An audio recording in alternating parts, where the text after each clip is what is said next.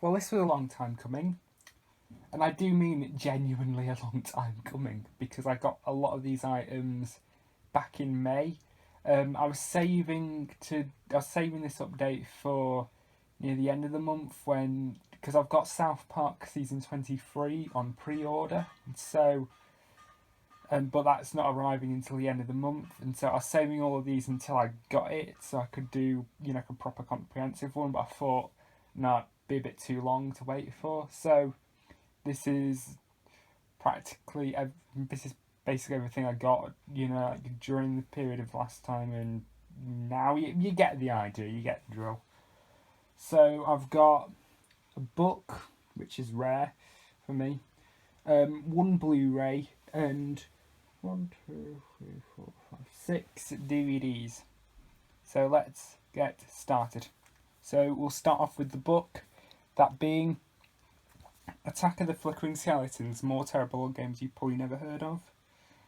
I don't know why there's sort of like a pink tint. There isn't a pink tint in real life. For some reason it's the camera that seems to be getting this sort of pink tint on it. I don't know what the hell's wrong with it. But anyway, this is the second book by Stuart Ashen. I've got his first book right here, Terrible Games You've Probably Never Heard of. I got this 8 years ago. So yeah, this one is a thicker book, of course. Basically going through a ton of really crap computer games from like the 80s and whatever.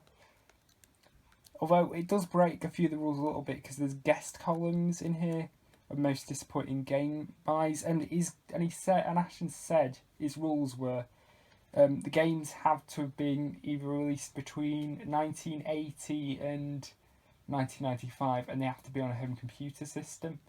And there are a couple of console games in here. Let me just see if I can find a console game. Because I think there's like one which was basically the prime example of the rules being broken. Yeah, this one. It's a PS1 game from 1998, from the guest column.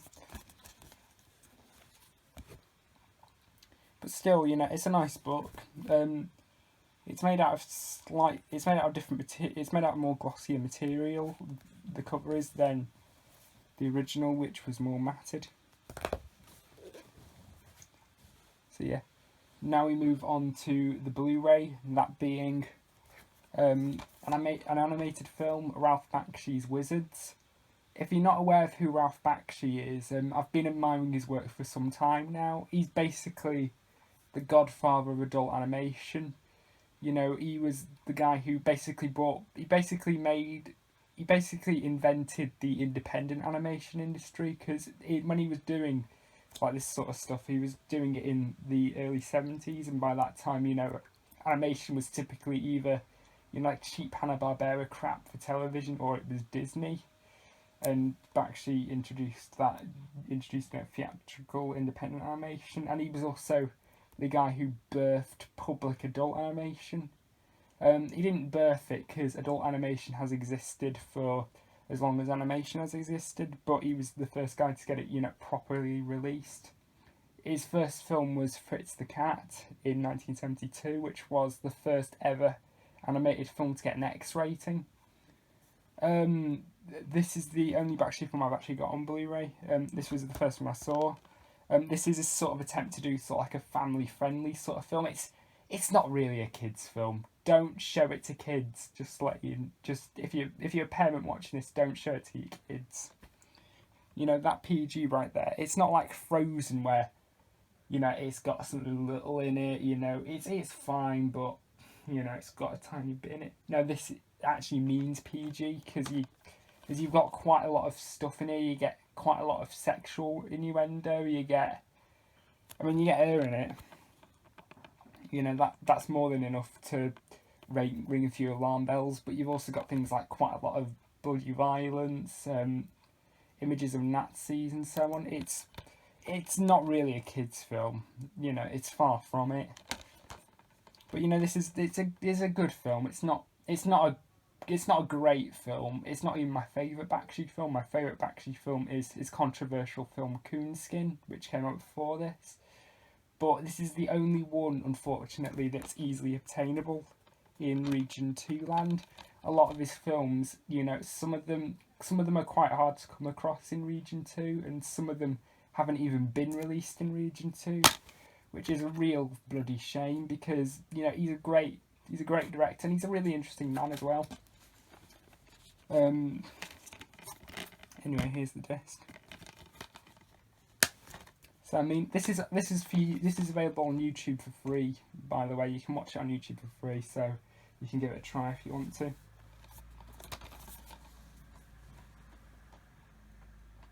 And also, Bakshi was the first guy to adapt Lord of the Rings. Before Peter Jackson. In fact, he did his Lord of the Rings film after this. Okay, so we'll move on to the DVDs.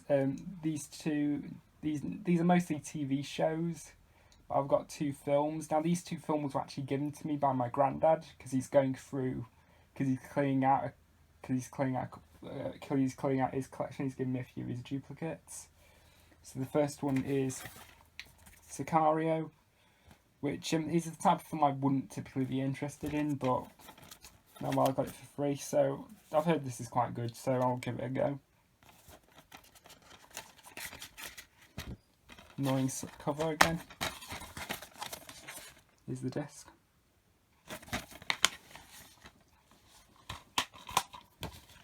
And then the next one is final one from the batch that was given to me is Angel Has Fallen. This is the 3rd in the Fallen series after Olympus Has Fallen and London Has Fallen. It's basically, from what I understand, it's basically Die Hard in the White House. Sort of the Die Hard knockoff formula. I've heard this one's crap, but yeah. It probably would be just a fun way to pass 2 hours. And inside I just get a little leaflet for Stars Play, which is that streaming or digital download? And DC Comics Pennyworth at your service is the disc.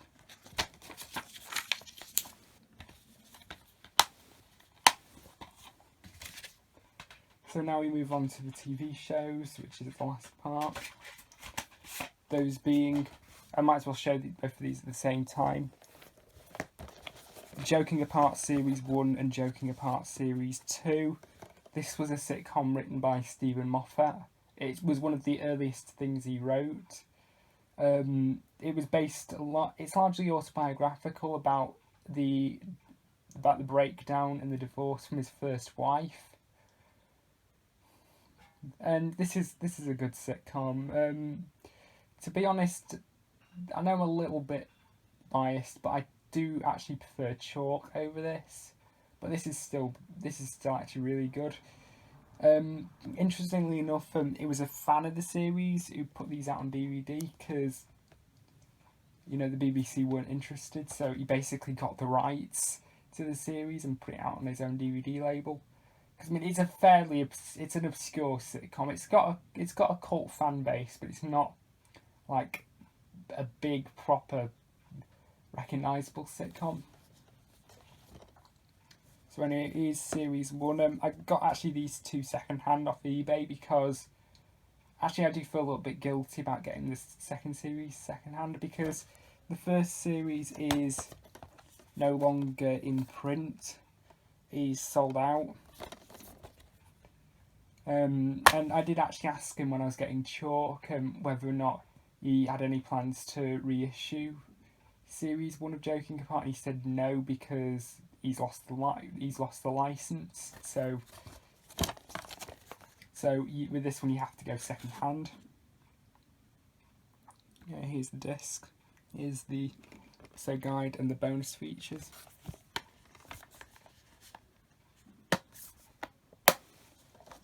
It is series 2, which is still available on the Replay website, but he said it's in limited numbers, so it's basically on moratorium. Series I got these two second hand in the same eBay listing. It was both series for 20 quid on eBay, so I decided, you know what, because I mean series 1 typically people are listing this for stupid prices, you know, like 30, 40 odd quid, which I've looked on how many have sold on eBay, and it's not actually worth that much, you know, because you get, you know, some that sold for like 5, 10, 15. I think one sold for about 20 quid, and it was sealed. So yeah, I got them both together. So I would recommend, if you want to support Craig Robbins, because I mean he's only one man, you know, putting these out. He's not like a big studio, you know. Definitely throw money towards his hat, throw money into the hat. And I think because I've got Chalk Series 1 from Replay, I might, you know, I've thrown a bit of money into there anyway.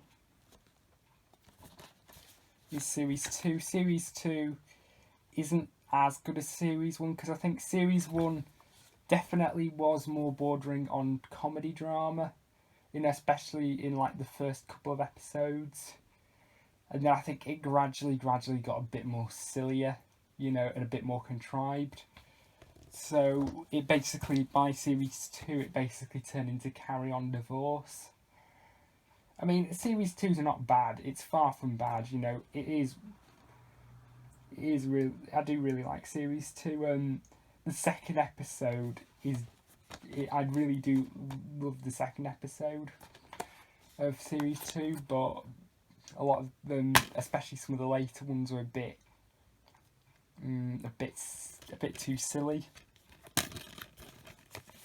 So anyway, here's the 2 discs.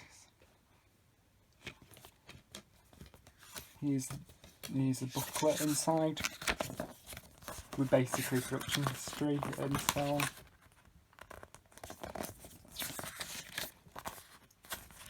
So yeah, inside, and this one also includes the original pilot, which is basically sort of like a lower budget, more limited version of the first episode. Because I mean, I definitely know for episode 1 they reused some of the footage from the pilot. But yeah, I would recommend this sitcom. It's really overlooked. Yeah, I think it's a sitcom which is slightly harder to get into, but you know, once you do it, it's really enjoyable. It's really good.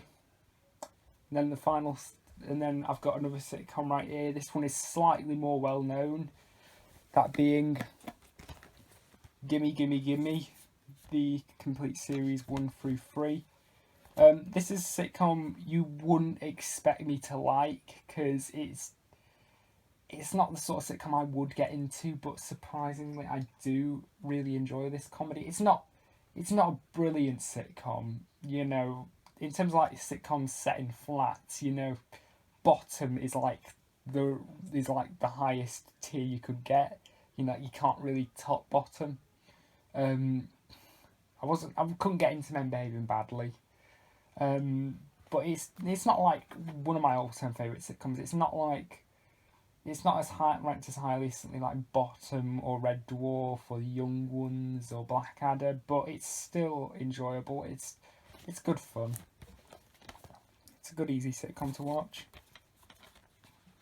I've not seen the 3rd series yet, because I've seen the first 2 on YouTube. Stupidly, there's a bit of a complaint with this DVD, and that is Series 1 isn't presented in its proper aspect ratio, because the series was produced in 16:9 widescreen, which is basically the aspect ratio you're watching this video in, presumably, unless you've got like a full screen monitor. But stupidly, it's not presented on DVD in the correct 16:9 ratio. It's presented in a slightly cropped aspect ratio of 14:9, so you're missing a tiny bit of the picture, and it's got little black bars at the top and bottom. At the top, so it's got little black bars on the top and bottom, and on the sides as well if you've got your screen calibrated properly. Which is quite annoying because I know the BBC has 16:9 masters for Series 1, because whenever it's shown on gold or something like that, they normally show it in the proper 16:9 ratio. But in this one they stupidly didn't show it but they've stupidly not included the 16:9 version. Series 2 and Series 3 are in the proper aspect ratio, but why not Series 1?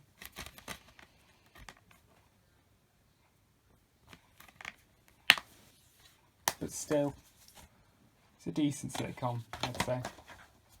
And then the final DVD is a box set, and this is actually something in which you're going to be seeing a lot more of in the following updates.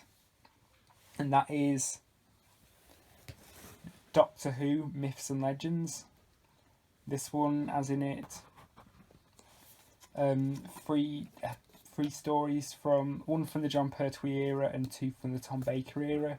Those being The Time Monster, Underworld and The Horns of Nimon. Now, my Doctor Who collection has been quite dormant for some time, and I'm really quite annoyed about that, because I mean, I'm trying to get a complete set, but you know, it's just kind of my main collection's kind of been overshadowing it for some time. So I've decided my goal is by the end of 2021, at the latest, try to complete the Doctor Who collection. And I've got 59 left to get currently, so which isn't like too bad because I got 58 in 2016 alone, so it's not impossible to reach that goal.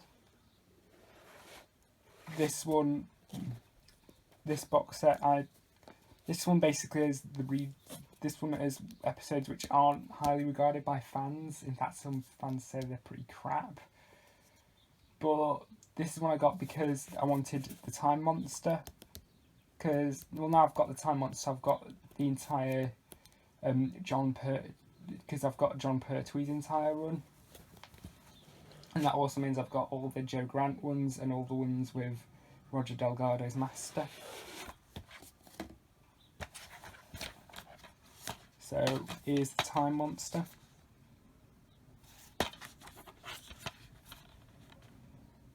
Which fans say is the worst John Pertwee episode. I've heard fairly divisive things about it. Some people say it's alright, some people say it's complete shit. I've not watched it yet, so I can't judge. Here's the disc.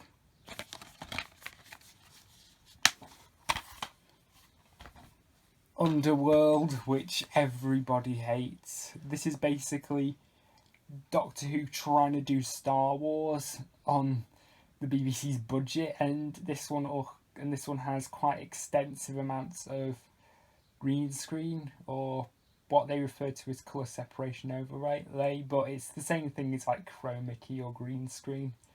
And I mean, the 70s Doctor Who, the green screen always looked crap. Even at some green screen effects look better than others, but they're still pretty shitty, most of them. And oddly enough, when I was doing Zippy and George Talk Bollocks, the bad green screen, that's partially what the bad green screen was in tribute of. And this one does have extensive amounts of green screen in it, so it's basically most of the story is just the Doctor, Leela and K9 walking around a bunch of really weird, shitty computer generated caves for 4 episodes.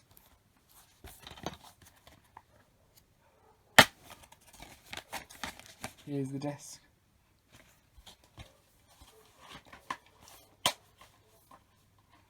And then another one which fans are mainly divided on, but I know typically most fans don't like this one.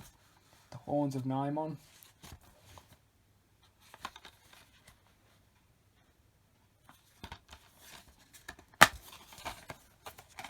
Here's the disc.